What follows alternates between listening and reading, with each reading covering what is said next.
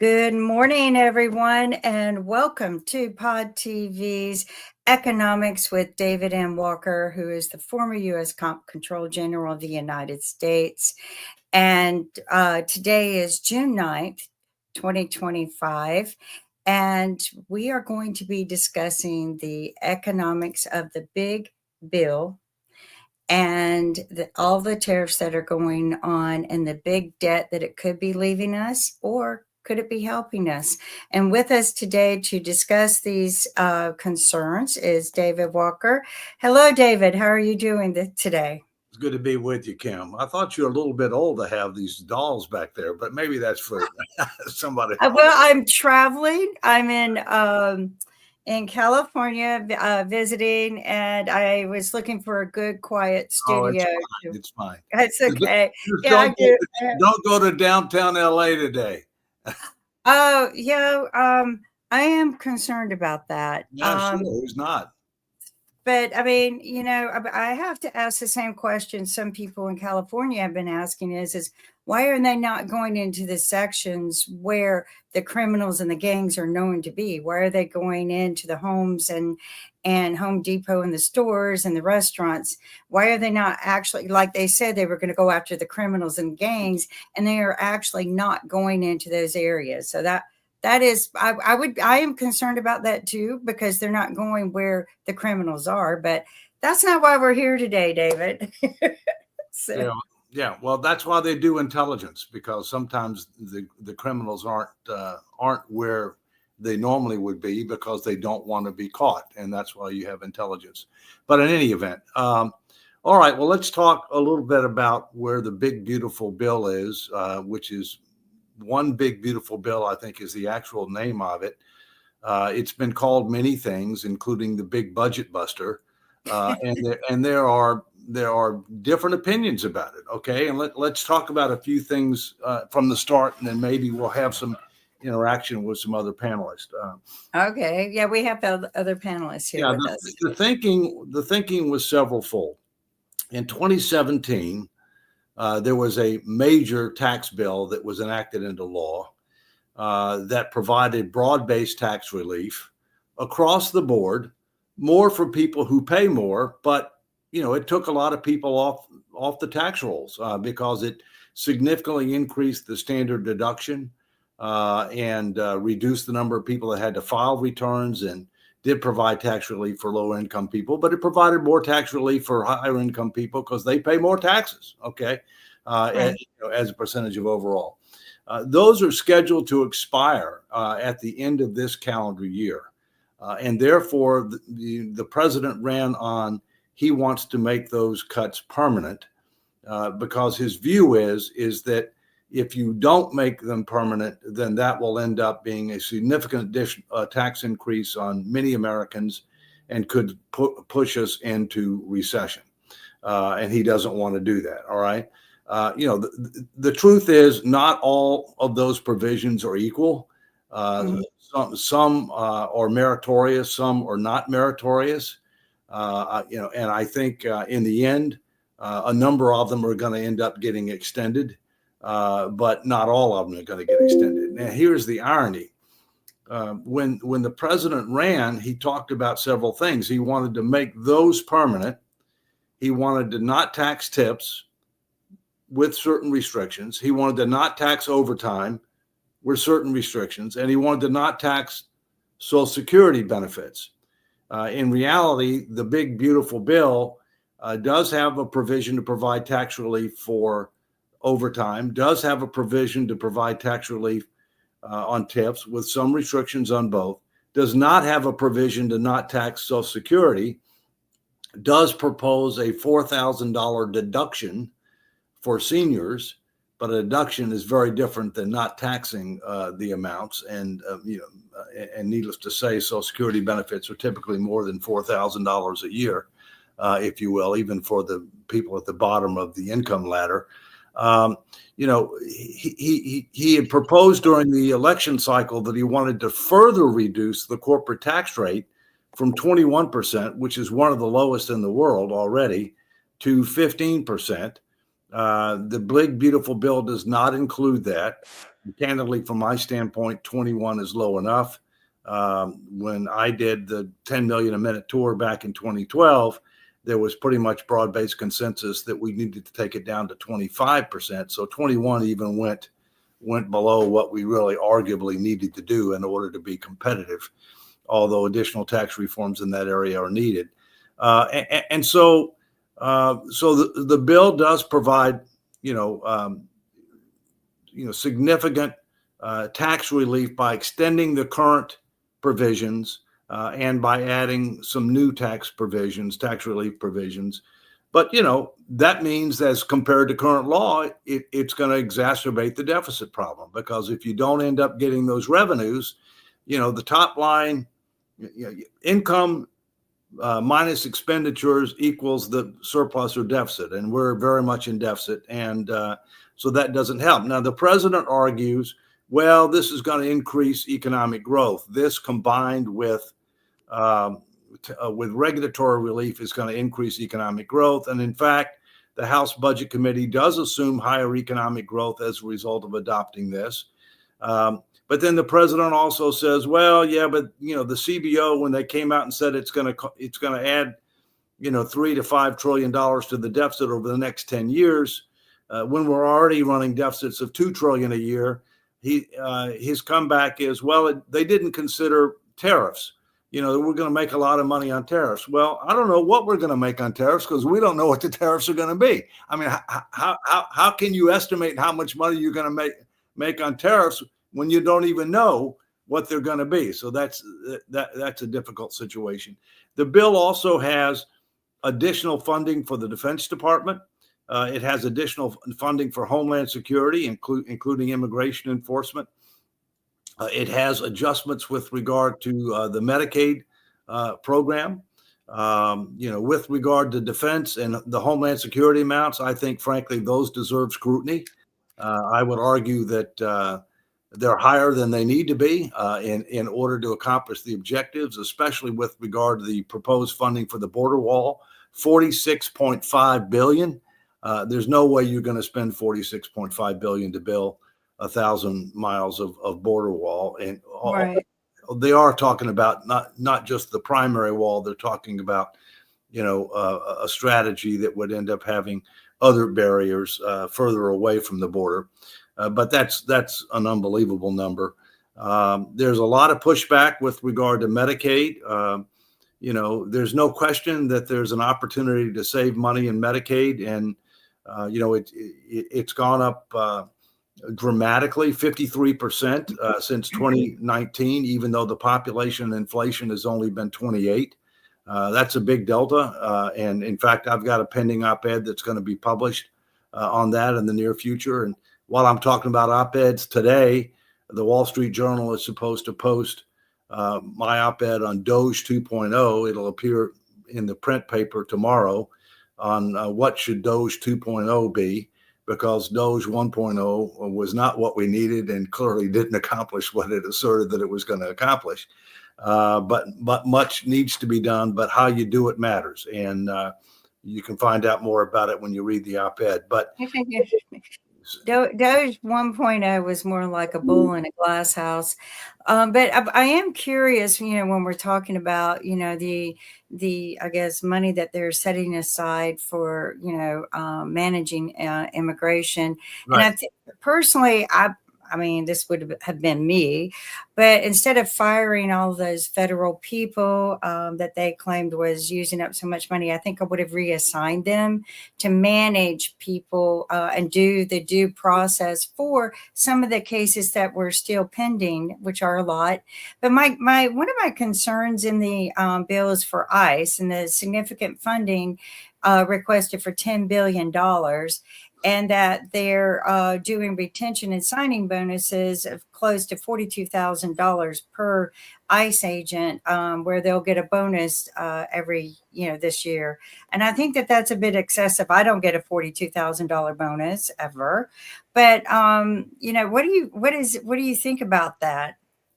Well, I think there's absolutely no question that the pace of work and the risk associated with their work is greater now than it was prior to change in administration. And so I think some level of bonus is justified in order to attract and retain people. How much we can debate about whether or not the amount that's being proposed is appropriate under the circumstances, but I think some level of bonus is appropriate. Let's talk a little bit about Doge One and one of the things Okay, let's do that. I mean, Doge. I don't think Elon Musk knew, and frankly, I don't think a lot of the media knew that only Congress can cut spending. You can cancel all the contracts you want. You can cancel all the grants you want. It just frees up money to be spent on something else unless Congress rescinds the appropriation. And Right. now the administration this week has sent it up last week. It's going to be voted on this week, a $9.4 billion rescission bill, okay, to rescind a number of contracts and grants that were recommended by Doge. Well, 9.4 is way short of 175 billion, which was asserted, and and 2 trillion or 1 trillion, which was the target. But nonetheless, there could be other ones coming up. But I think what Doge realized after they came to understand that only Congress can cut spending, all right, is there's only one way you can cut spending without having to get congressional approval. And that is hiring freezes and involuntary reductions in force. And so that's what it did. Okay. It imposed hiring freezes. It imposed involuntary reductions in force. But then the other thing that it realized is because the way the rules work in the federal government, and since the performance appraisal systems in the federal government are basically, quote unquote, worthless, where you basically can't differentiate between who your top performers are and who aren't really doing their job. Okay, there's massive grade inflation, and I can get into some examples of that if you want later. But the bottom line is that means that the only thing you can do and not be subject to successful litigation is to, as I said, do hiring freezes, to eliminate or RIF probationary employees. And probationary employees are people that have been in their position anywhere from 1 to 2 years, depending on the facts and circumstances. And the ultimate irony there is people who get promoted are on probation again, even though they may have been there 20 years. And so the only other way that you can get rid of people is if you eliminate units or if you eliminate offices. And therefore, you're being non-discriminatory because you're eliminating everybody that relates to that unit or everybody who relates to that office. So that's what they've done. The problem is that those could be some of your better people. I mean, it could be some of your better people with regard to skills and knowledge. It could be some of your better people with regard to institutional memory. And in addition, the worst thing you can do is impose long-term hiring freezes, because that ends up having serious adverse consequences over time. And I know that firsthand because before I became Comptroller General of the United States, the agency had been involuntarily downsized 40% and 5-year hiring freeze before I got there. So I was suffering the consequences of that. But I still ended up reducing it another 15%, eliminating a third of the offices, eliminating a layer of management. But the way we went about it was the way that Doge should have gone about it. It was based on the strategic plan. It was based upon clearly defined, consistently applied, transparent criteria. It had due process throughout the whole thing. And that's what you need to do, because right sizing is tough, but how you do it matters. Well, and I think that it was more for show than what it should have been. I think that they just wanted to show people they can go in and just, okay, we got all of this done in one time. Well, you can give a kid a crayon and he can destroy everything in the house in one crayon if it's not done, if you don't explain to him how it's done. I don't think they went by any rules or tried to even abide by any of the rules that existed. And they to me, created a bigger chaos, a lot of reasons for people to sue, and cost our country more money than what it should have done. I agree with you. I think we need a Doge 2, one that really focuses on the reality of all of the situations. And like you said, it's very transparent. With us today, I just want to bring in a panel. We have Dr. Sharif from Bangladesh. Hi, good morning, doctor. Welcome. And I'm sure you've got some input. And we have Steve Rao all the way from Raleigh, North Carolina. And well, Steve, I'll get you adjusted. Hold on just a second.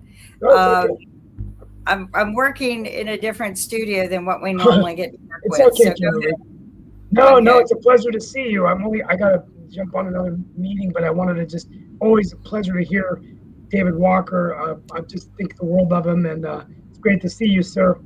And campaign's going great. We're leading in the polls. Really excited. Thank you for your support. And I agree everything that you said on the debt. And I think it's up to Congress to take action. There's a lot of issues in North Carolina. They're trying to bring Doge here in the auditor's office, and we'll see what happens with that. And I just think the government's it's almost like turning on when I used to watch House of Cards on Netflix, I would think, oh, this could never happen. But now you just look at it, and I find it funny that Raymond Tusk, at that time it was Frank Underwood and Raymond Tusk, and I don't remember. And you got Trump and Musk, but I don't know. You remember that Raymond Tusk and Underwood had a falling out. Yeah, and do you also remember that, was it Frank Underwood? Is that what it was? Yeah. Yes. Remember he had his cufflinks that were "F-U." I know. Yeah, and then he would do the thing like this. Yeah. Oh, that's funny. I just love. You make me want to binge watch that show tonight. And then he would. I love the cameos where he would. Maybe they should do that for the presidency, where Trump comes in on the camera and talks through us a little bit. Here's what I'm really thinking, and then he went back into his hat. Yeah, well, he tells us a lot of what he's thinking. Also, we have Rick Rosner with us. Well, anyway, I didn't mean to. Hi, Rick. Well, I just want to end with some analysis. So I think, David, it's just interesting to see the disruption going on. I was in Washington just a few days ago, and it just seems that everybody is, this big, beautiful bill. I do think that it does add to the debt, takes away from Medicaid. I think it's dangerous to be adding to this kind of spending. I actually thought about you when I was talking about a PBS last week. Is that there's no talk about what it's doing to our deficit, and so I think it's going to be interesting to see how people support this, whether it's going to affect the U.S. Senate races and congressional races, and we'll see what happens. I mean, it's I've been very outspoken about it on my social media, and so you can check my X, my LinkedIn, and my Facebook, and I've had several op-eds, and I've got another one in the Wall Street Journal today that deals with Doge 2.0. Oh, tomorrow. It's going to be tomorrow, but it's going to be online today. But that's about Doge 2.0. I've had other ones talking about what do we need to do to get our finances in order, because the big beautiful bill, aka the big budget buster, will make our fiscal challenge worse as compared to current law. Yeah. By the way, my daughter is officially at the New York Times, Sonia Rao. She's a journalist on the breaking news desk of the New York Times. So, congratulations! Congratulations, that's awesome. This was her first week on the job, so that's great. But my understanding is they don't accept op-eds anymore. They just have their opinion people, and that's it. So whatever. Well, maybe we could change that, Mr. Walker. That's why I went to the Wall Street Journal. Yeah. But anyway. Okay. Well, I got to run. I've got to get to a meeting, but it's so good seeing you. But I'll be back next week for the full hour. But great to see everybody. And I guess the other thing is what's going to happen with Ukraine, U.S. foreign policy. There's just so much going on today economically. Let me mention one thing about Ukraine. My concern about the potential use of tactical nuclear weapons has increased. What's happened in the last week. Not strategic, tactical. And I've been concerned about that all along, but based on what happens in the last week, I'm more concerned about it. All right. Absolutely. That's an interesting thought. We need to listen to Sasha's show on that. That would be interesting. Yes, Mark. Yeah, I had a question for David and everything because one of the things that I remember President Trump talking about was the need to cut budgets and all along those lines, and that's part of what Doge was about and everything. But there have been a couple of cases where he seems to be going counterintuitive to what he said he wanted to do, and I'm going to give you examples of what I'm talking about. Because like this evening, I think it's this evening or this week, he is meeting on the golf course, which is where he likes to meet his business leaders and everything, with the people with college sports. And we know that there was a recent announcement about college sports actually allowing people to get back pay from several years back if they were athletes. I think it's 10 to 15 years, but he's going to meet with them about trying to do some reforms in college sports that might be more expensive than what is currently existing. And we also saw that with the Kennedy Center, because I mentioned on our World Edition that the Kennedy Center is actually got an increase in their budget under Trump and some of the things that he wants to do and all along those lines. So I'm just wondering, are we seeing some examples of him being counterintuitive to what he said he wanted to do and all along those lines? And those are just two examples that I gave you. Well, first, clearly the federal government does provide funding for the Kennedy Center. Right. But I'm not aware that the federal government provides funding for college sports. Okay.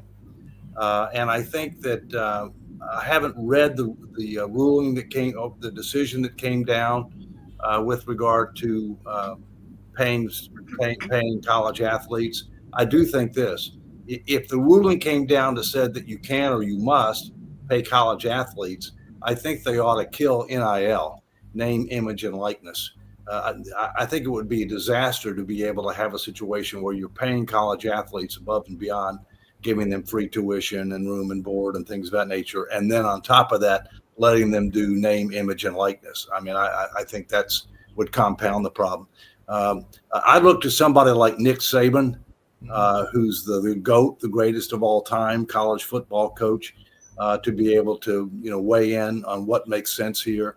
One of the reasons that he left college football was because of the transfer portal, where there's no loyalty anymore. You can transfer after a year anywhere you want. And because of NIL and the combination of those two things, which made college sports more like pro, where it's all about the person, it's not about the team, and he's all about the team and about preparing people for the future.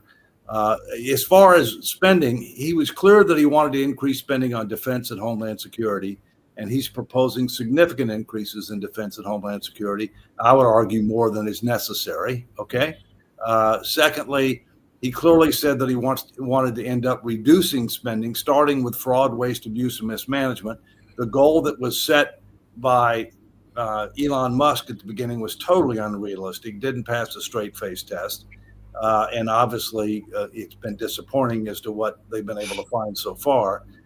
Stay tuned and read the op-ed that I've got for the Journal, because I think what needs to be done is very different than what Doge did, and is much needed and long overdue, and could end up resulting in a much more dramatic reduction in federal spending, but in a much more intelligent way, if you will. So, those are just a few thoughts that I have off the top of my head. Rick, you got your hand up, buddy? Yeah, I assume that the model you have for reducing government spending is the Bill Clinton model, which is look at each department in detail, in depth, and reduce the size of government by 30% over a period of 2 to 3 to 4 years, without just coming in with a bunch of 22-year-old idiots and slashing and burning.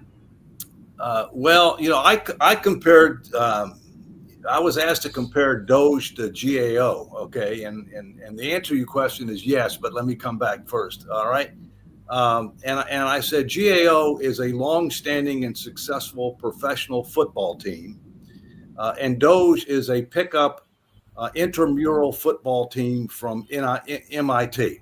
And so I think, but to answer your question, yes. I mean, but here's what I'm proposing. You've heard me say many times, the federal government's grown too big, promised too much, subsidized too many, lost control of the budget, undercut states' rights. is not managed for results, not managed to achieve outcomes. And so what I'm proposing is, hey, it's time to step back. All right. What was envisioned that the federal government should do? Because keep in mind, the states created the federal government, not the other way around. Okay. When these departments and agencies were created, what were their stated purpose? What are they supposed to be doing? So let's compare what we have now to those two things. Secondly, what were we trying to accomplish when we created these departments and agencies? How do we measure success in outcome-based terms? How are we doing? What kind of outcomes are we getting? Are we getting better or worse? How do we compare to others?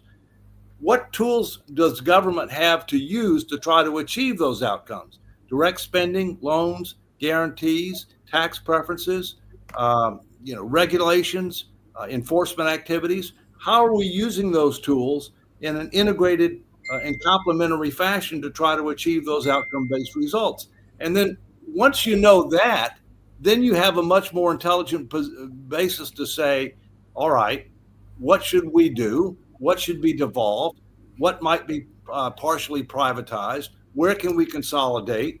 Where can we streamline? Where might we need to enhance? We might need to be doing more in some areas than we're doing right now. But it's a much more comprehensive, integrated, outcome-based approach that needs to be done. And believe it or not, even though there's a law that says the federal government's supposed to have a comprehensive, integrated, forward-looking, outcome-based strategic framework, we still don't have one.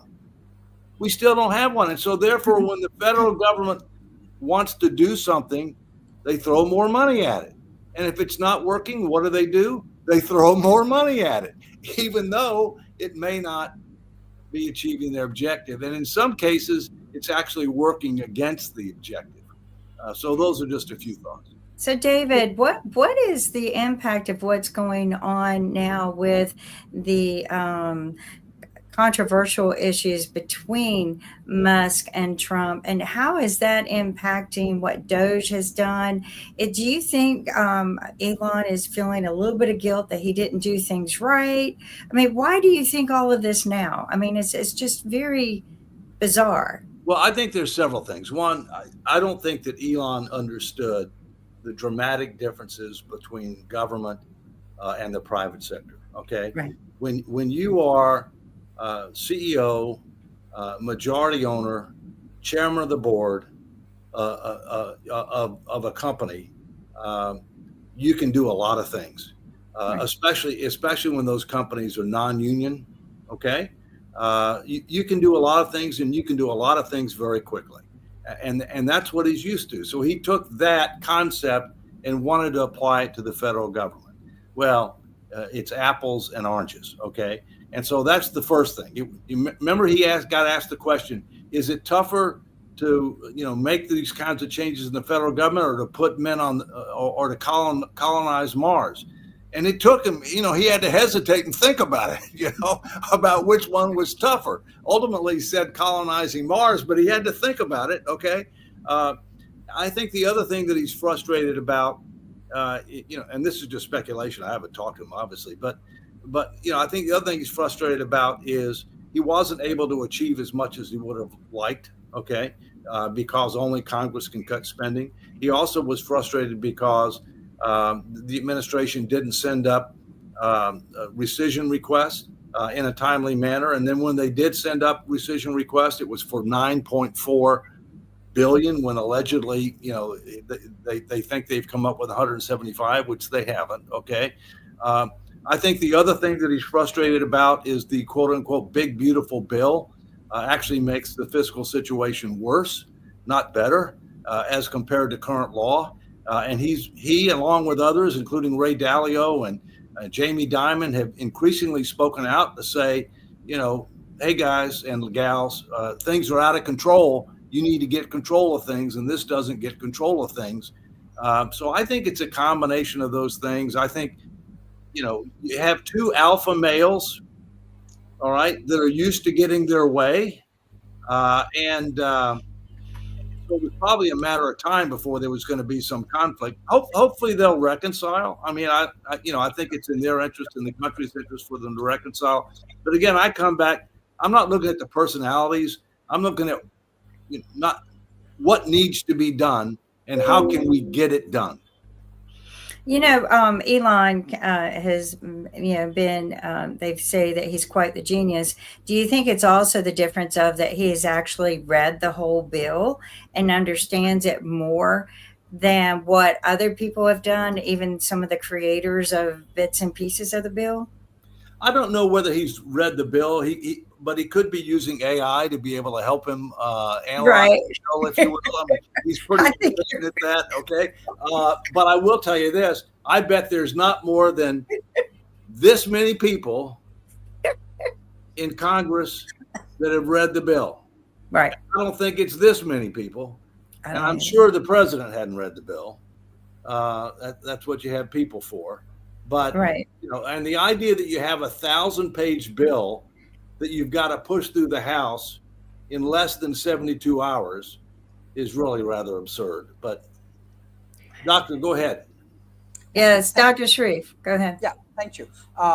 Thank you for your interesting discussions. And I always promote Pod TV in my countries, like stock exchange commissions and all of the places. They really appreciate our Monday economic show. Thank you, Kimberly and David Walker, for your brilliant contributions. But my question is that I just want to bring one question, but I want to bring some data. I'm just observing from data right now. This US GDP growth is 1.6 to 2.2%, and their labor market look positive. On the other hand, their market sentiment is mixed.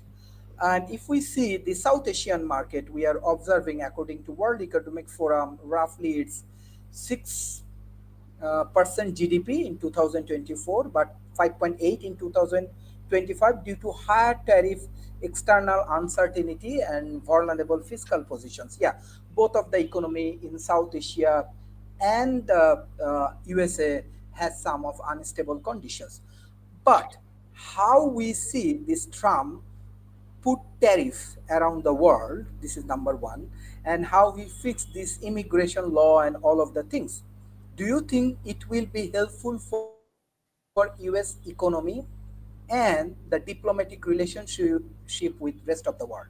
What's your thought on that? Well, first, let's talk about some stats. This is off the top of my head. Okay, Rick is our expert on looking up data real quickly, but as I recall, GDP growth was negative in the first quarter of 2025 by 0.3%. It's expected to rebound in the second quarter. We don't have an unemployment problem. Unemployment rate, I think, is held fairly steady at about a little over 4%. Inflation has actually come down in recent months. It's a little over 2%.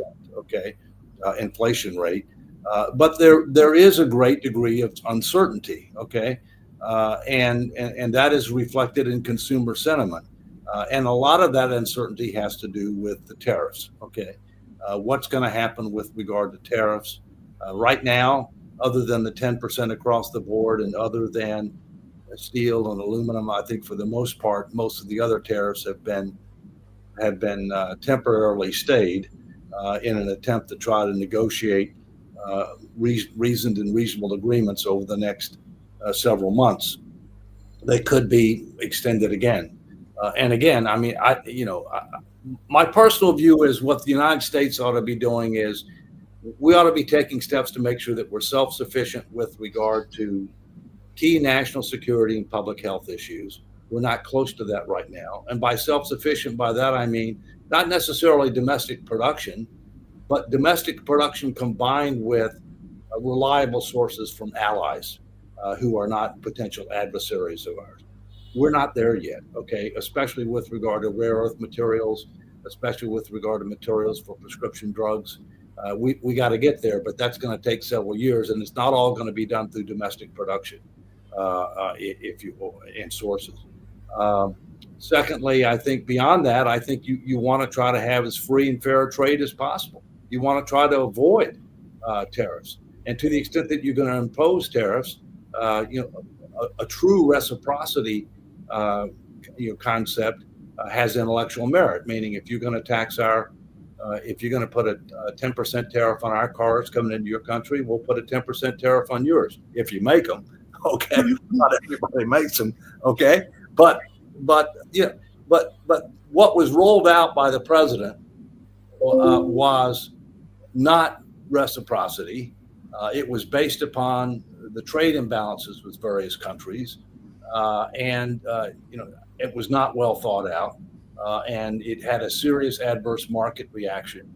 It had an adverse reaction with regard to many countries around the world, and I think that's one of the reasons why the president decided to put a temporary pause on these and try to work things out. Right now, we only have an agreement, as I understand it, with the United Kingdom. I think the ones that are going to be by far the most challenging are China and European Union. There are meetings going on right now in London with China involving our cabinet level officials and Chinese counterparts. So we'll see. But I think, markets don't like uncertainty. And I think the biggest uncertainty we have right now is what's going to happen with regard to tariffs. Now, the administration will tell you the biggest uncertainty that they have is what's going to happen with the big, beautiful bill. And I think in the final analysis, something's going to get passed, but it isn't going to be the House version. I mean, that there are going to have to be changes, that are going to have to be made in order to be able to, A, get it through the Senate, and B, be able to get it back through the House again. I've said this time again, and one of the problems I have with a lot of the bills is the bigger the bill, the more complex it is, the more junk they put in there that really doesn't benefit anyone but themselves. And I've always been a big believer that no bill should be bigger than the same amount of pages as the Constitution, with, a little bit of flexibility for explanation. But I don't think there should be so much crammed into one bill. I get it. He wants to do everything with one wave of the wand, but I still believe that each item should be individually looked at and voted on. This is ridiculous. I mean, things like this could take forever, and then things that you really need are not getting accomplished. What are your thoughts on a big bill, David? Well, first, I'm a supporter of the so-called regular order, okay, which means that you propose bills, you have hearings on them in the relevant committees of jurisdiction. You do markups within the relevant jurisdiction. You go through the rules committee to get it approved to go to the floor, and then you have debate and votes on the floor with the ability to make amendments within reason on the floor. But I will tell you that more and more frequently, especially when margins are close between one party and the next, they try to do mega bills. Okay, Right.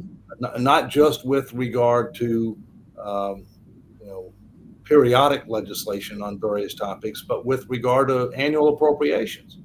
You're supposed to have, depending upon the House or the Senate, 12 or 13 individual appropriations bills for different parts of the government that are supposed to go through the process that I just articulated.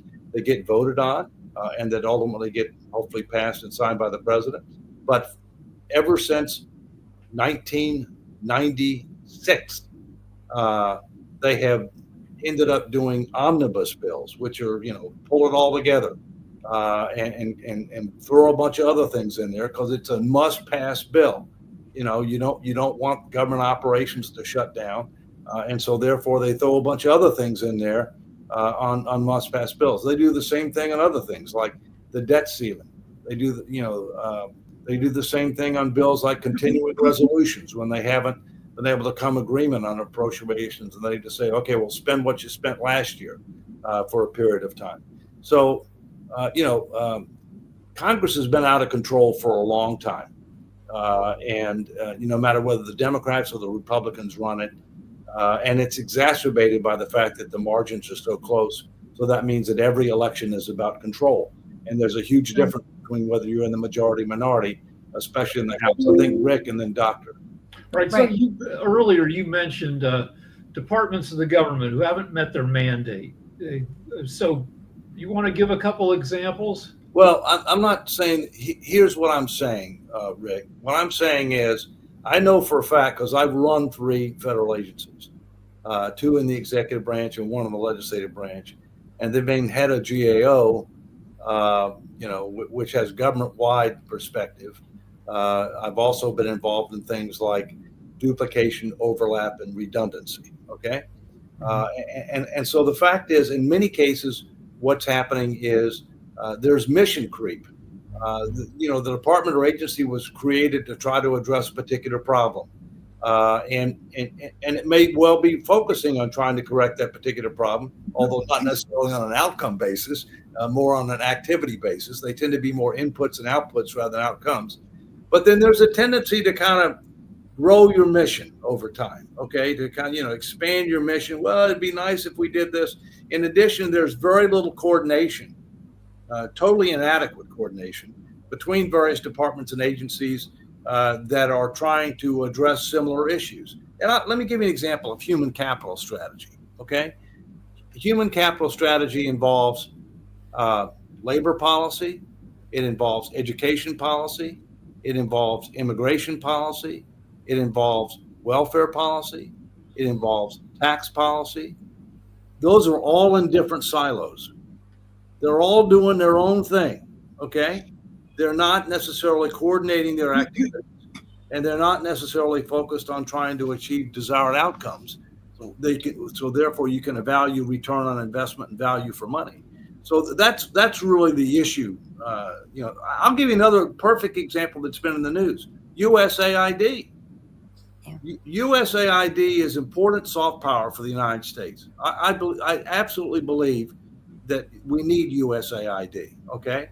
But USAID, some of the things that it was funding had nothing to do with why USAID was created.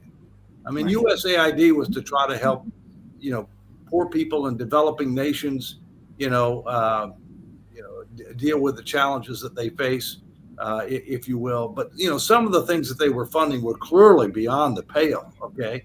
But that doesn't mean you want to get rid of the whole thing. You just got to get back to core. You'll have a quick follow-up and then Doctor. Yeah. Yeah. While you were talking, I thought of an example of agencies not talking to each other. Yeah. 9/11. The CIA, the FBI, they all had a piece of the puzzle. They knew quite a bit about what was going to happen before it happened, but they don't talk to each other.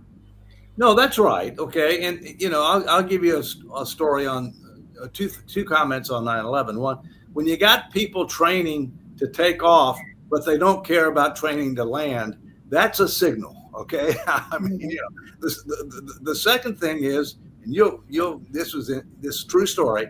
I was right after 9/11. I think it was like 2 days after 9/11. I went to get some dental work done. And my dentist had a patient the day before who lived in an apartment complex out by Dulles Airport, who said that she saw a number of Middle Eastern men that were coming in and out of apartment there. And then since the attack, she hasn't seen them. And so I contacted the director of the FBI, the head of the FBI, and I said, here are the facts. I don't know whether there's anything to this or not, but I think it's something you probably ought to look into. He had his agents look into it. It was where the hijackers, the terrorists, it was their unit. It was their unit, and they did retrieve some computers and things of that nature, which helped them quite a bit in their investigation. I mean, and here I am sitting in the dental chair. That's crazy. It's true, though. Doctor, go ahead. Yeah, Go ahead, Doctor. Yeah, Mr. David Walker, a very interesting discussion. When you discuss about USAID, we are observing from here, definitely USAID has very big impact in Bangladesh through healthcare research, through all of the good things. But when we observe that Trump complained that through USAID, US invests $29 million in Bangladesh, and it creates some political unstable conditions and some other thing. He complained actually against USAID, specifically with this example of India with Bangladesh and all of the things. Even he complained USAID pay $29 million for a NGO who has only 2 members. So do you think is it valid? This is number one. And number two, through this process, USA like this USA try to involve with different political issues, or it's actually the propaganda and all of the things. USAID has a lot of good things, but present government do not recognize them. What's your thought? Well, part of the issue is, okay, what should USAID be doing? What is it trying to accomplish?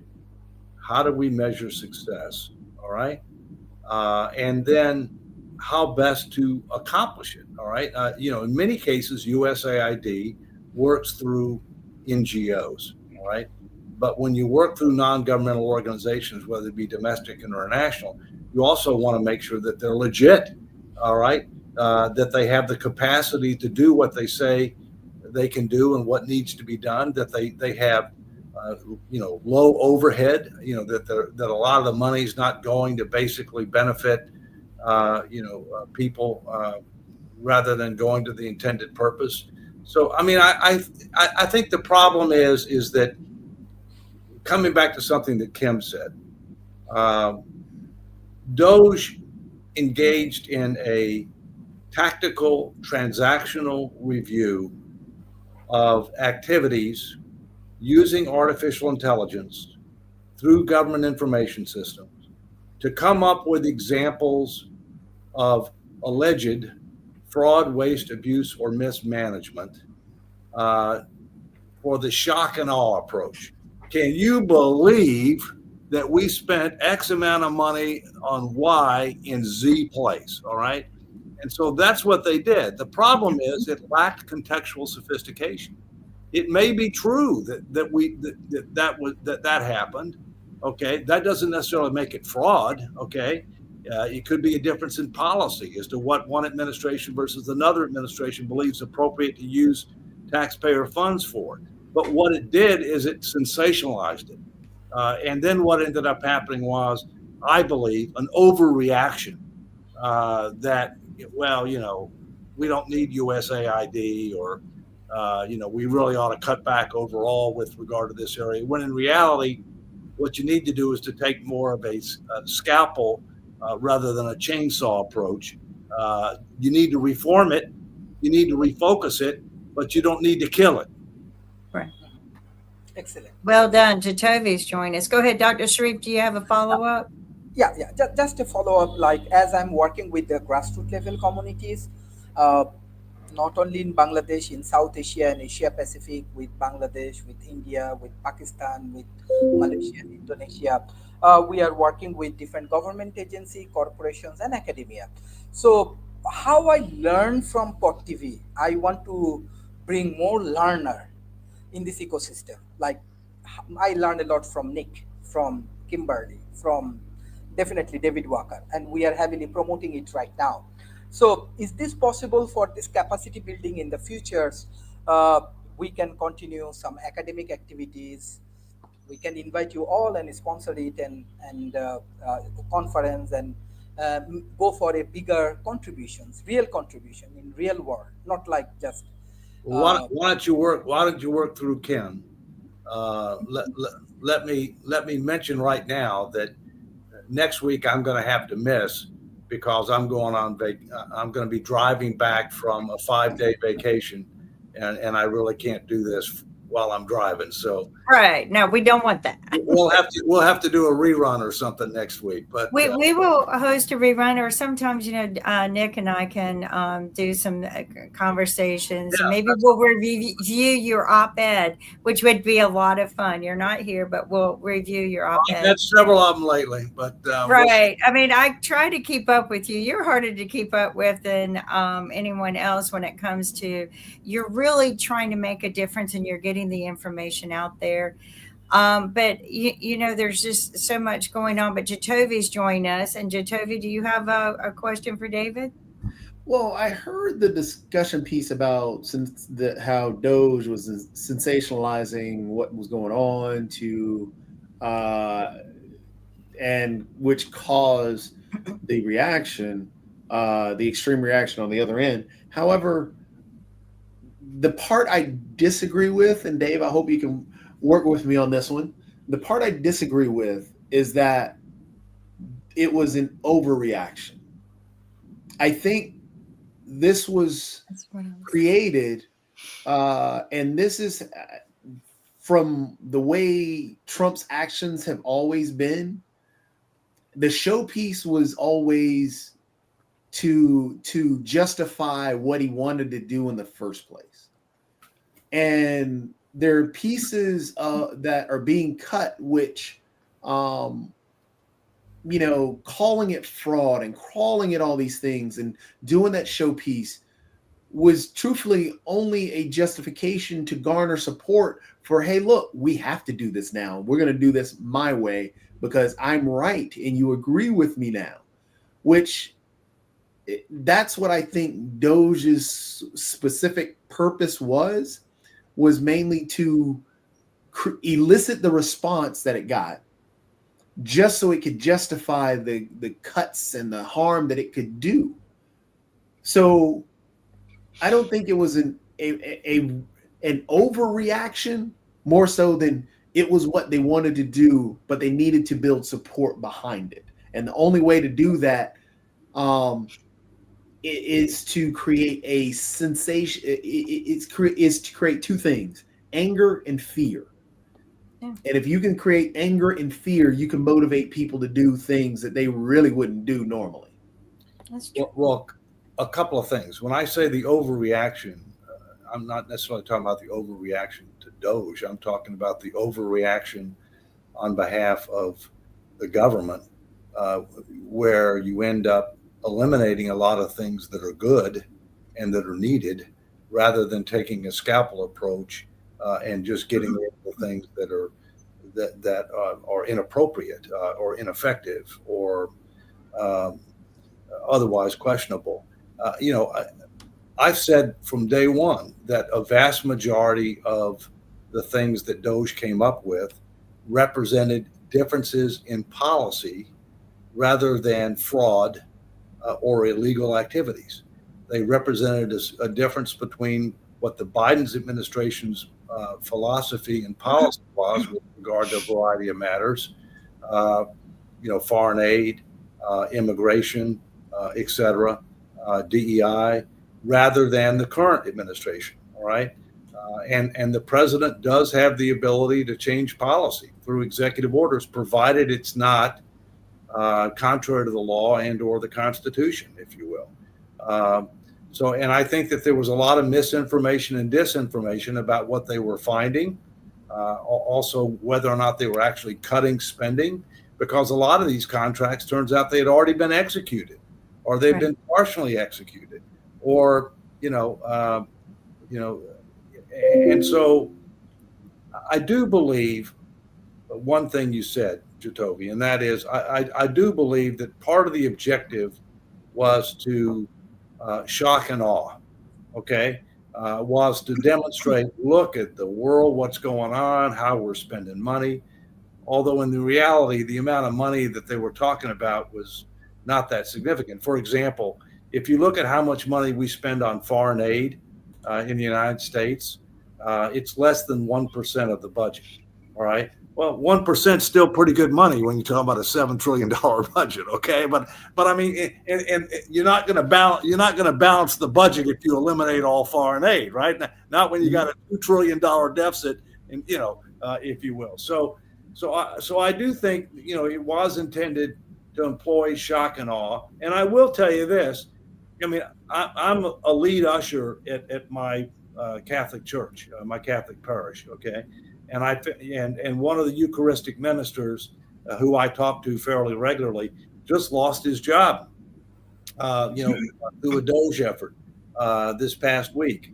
And there have been a number of circumstances where people have gotten dismissed and then ended up getting rehired because they realize that, oh, geez, these people have skills or knowledge or experience that we really need, if you will. So I just don't think it was gone about in the right way.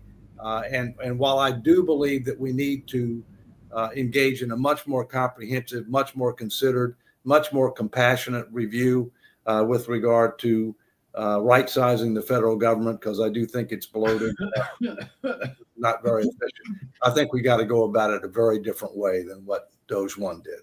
So Doge 2, who's going to be appointed, and how's that going to work, David? Only God knows, and God's not telling us. But what I will tell you, what I will tell you is this: I think it needs to be a special initiative that is separate from the ongoing responsibilities of the OMB. Okay, I think it needs to be led by a person or persons, all right, who have direct government transformation experience and who have bipartisan credibility and support. Because in the final analysis, any big changes that involve in right-sizing government is going to take legislation. And in order for that to get enacted into law, it's going to take bipartisan support. Otherwise, it's a waste of time. Where do we find that bipartisan support in this day and time? Because, you know, with all this uncertainty and everything has been so, to me, fine-tuned, divided, where do we even find someone like that? Maybe we ask Grok. I mean, I don't know. Or Right. GPT. GTTP. Yeah. You know, when you ask No. that, you know, what it I mean, thinks The big truth, bill the truth is there are very few people that have direct government transformation experience, although it could be federal, state, or local. Okay. I mean, it doesn't have to be federal, but, and secondly, there are not that many people that have proven bipartisan support. Okay. I mean, there's just not that many. I mean, you know, so, you know, just. I mean, we're a definite, almost fine-tuned divide. Well, let me ask you this, because you brought up other countries and all of this. Is BRICS so significant now? Is it gaining more power? I don't hear much about it as much as we used to before a lot of this other nonsense. Well, I think the biggest thing that people are concerned about with BRICS is their effort to potentially create an alternative reserve percent by a basket. That's the thing that we have to keep our eye on. Beyond that, I'm not as concerned. And we can see that gold has done very well, and that a lot of reserve banks are building their inventory of gold, and we've also seen that the dollar has lost somewhat of its luster, and we've also seen that the rates that the U.S. is having to pay to refinance its debt have been going up, and that's because of the structural imbalance that exists that we need to come to grips with, among other things. Let's go, Rick, and then Jatovi.